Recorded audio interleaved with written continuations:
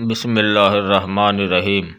حدیث نبوی صلی اللہ علیہ وآلہ وسلم۔ حضرت ابو ہریرہ رضی اللہ عنہ بیان کرتے ہیں، ہم نبی صلی اللہ علیہ وآلہ وسلم کی خدمت میں حاضر تھے کہ اتنے میں ایک آدمی نے آپ کی خدمت میں حاضر ہو کر عرض کیا، اللہ کے رسول، میں تو مارا گیا۔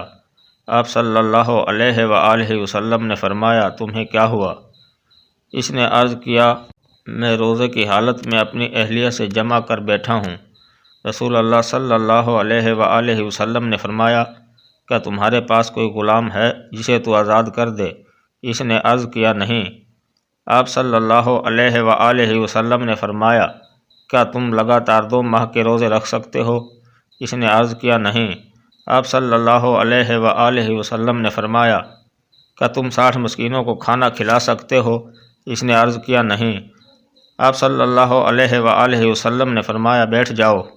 پس نبی صلی اللہ علیہ وآلہ وسلم نے توقف فرمایا۔ ہم اسی اثنا میں تھے کہ کھجوروں کا ایک بڑا ٹوکرا نبی صلی اللہ علیہ وآلہ وسلم کی خدمت میں پیش کیا گیا۔ آپ صلی اللہ علیہ وآلہ وسلم نے فرمایا، مسئلہ دریافت کرنے والا کہاں ہے؟ اس نے عرض کیا، میں حاضر ہوں۔ آپ صلی اللہ علیہ وآلہ وسلم نے فرمایا، یہ لو، اسے صدقہ کر دو۔ اس آدمی نے عرض کیا، اللہ کے رسول، کیا میں اپنے سے زیادہ محتاج شخص پر صدقہ کروں؟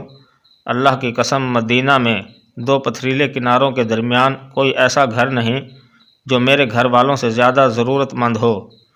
یہ سن کر نبی صلی اللہ علیہ وآلہ وسلم اس قدر ہنسے کہ آپ کے دانت مبارک ظاہر ہو گئے۔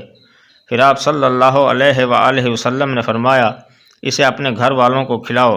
متفق علیہ۔ حدیث نمبر 2004، کتاب مشکوٰۃ المصابیح، درجہ صحیح۔ ناظرین کرام، مزید ویڈیوز دیکھنے کے لیے چینل سبسکرائب کریں اور بیل آئیکن پریس کریں۔ شکریہ۔